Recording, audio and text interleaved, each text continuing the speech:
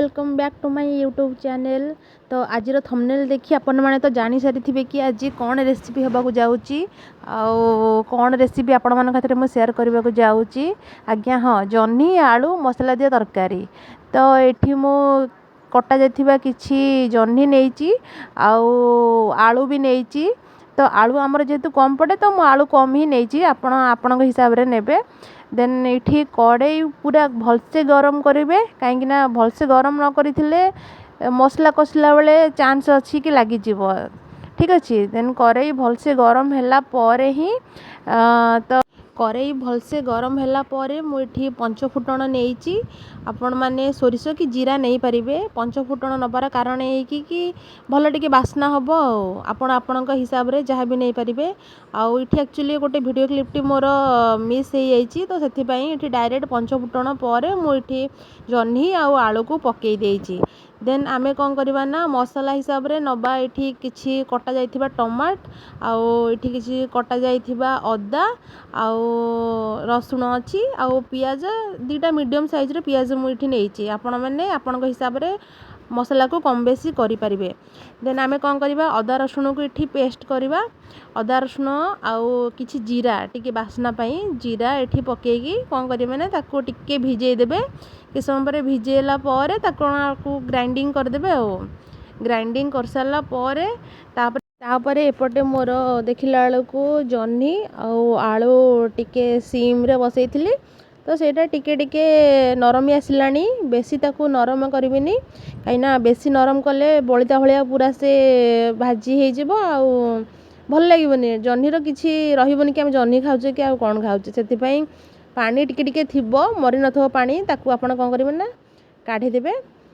तो मु भी इठी सेमती काढ़ी देइची आउ तार पानी जोड़ा अच्छी टिके गैस को हाई करके ता पानी गुड़ा सबको कौन करवा ना से ही ड्राई करदबा।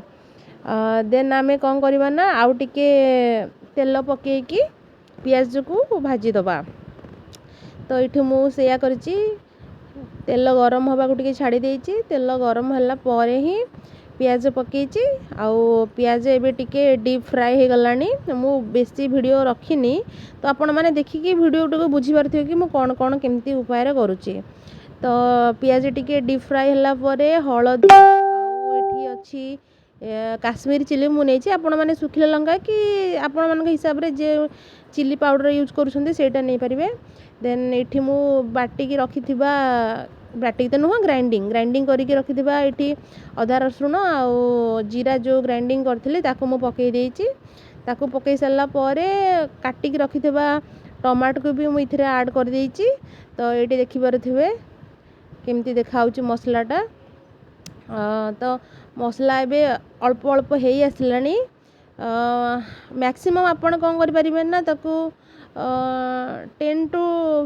10 मिनिट ही ताको भलसे कसिबे टिके भलसे लो फ्लेम रे ही कसिबे। लो मीडियम फ्लेम रे कसिला परे तापर इठी मु कौन करछि ना जह्नी को भी पकई देइछि सिथरे आ टिके जह्नी को भी कि समय कसुची सेटा 10 मिनिट आउ एटा 5 मिनिट भलिया कसिबे।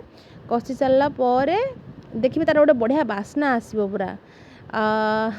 तो बास्ना देखिए आप बुझी पारे जे केते बढ़िया टेस्ट होगा जाऊँगी। तापर कौन करेंगे ना पानी देदेवे आउ पानी देकी 5 मिनट भलिया फुटई देबे। 5 मिनट फुट सारा पर बस देखिए कि नहीं आलू सीझी कि नहीं। बस जह्नी तो ऑलरेडी ही जाइथिबो तो आलू सीझिला पर जानि परिबे जे हाँ कि नहीं आमर हो तरकारी। मोर तो तरकारी बहुत ही बढ़िया लगुला आउ तार देखिकी जानि पारथिबे ही केमती लगुथिबो एटा तरकारीटा। जह्नी रे तो समस्ते अलग अलग डिफरेंट आइटम्स बनाती। तो आज यही मसला दिया जह्नी आलू तरकारी करके देखंतु आउ तार फ्लेवर एते टेस्ट सतरे माने मटन आउ चिकन रो जेमती पूरा स्मेल बास्ना पूरा सेमती ही लागिबो। आउ इठी देखि परथिबो मो तरकारी इठी केते बढ़िया कलर तार आसी जाइची आउ तार केते बढ़िया टेस्ट भी बहुत बढ़िया थिला। आउ आपण मानकु मो रिक्वेस्ट करछि एमती दिने न दिने घरे ट्राई करंतु आउ बहुत बढ़िया लागिबो। तो आमर तो अरुआ भात सहित जह्नी आलू तरकारी हेइतिला आउ आमे बहुत ही मजा रे खाइलु। तो आपण माने केबे करूछंती निहाती जणाइबे। तो आज पई ब्लॉग टी शेष करूची। जय जगन्नाथ।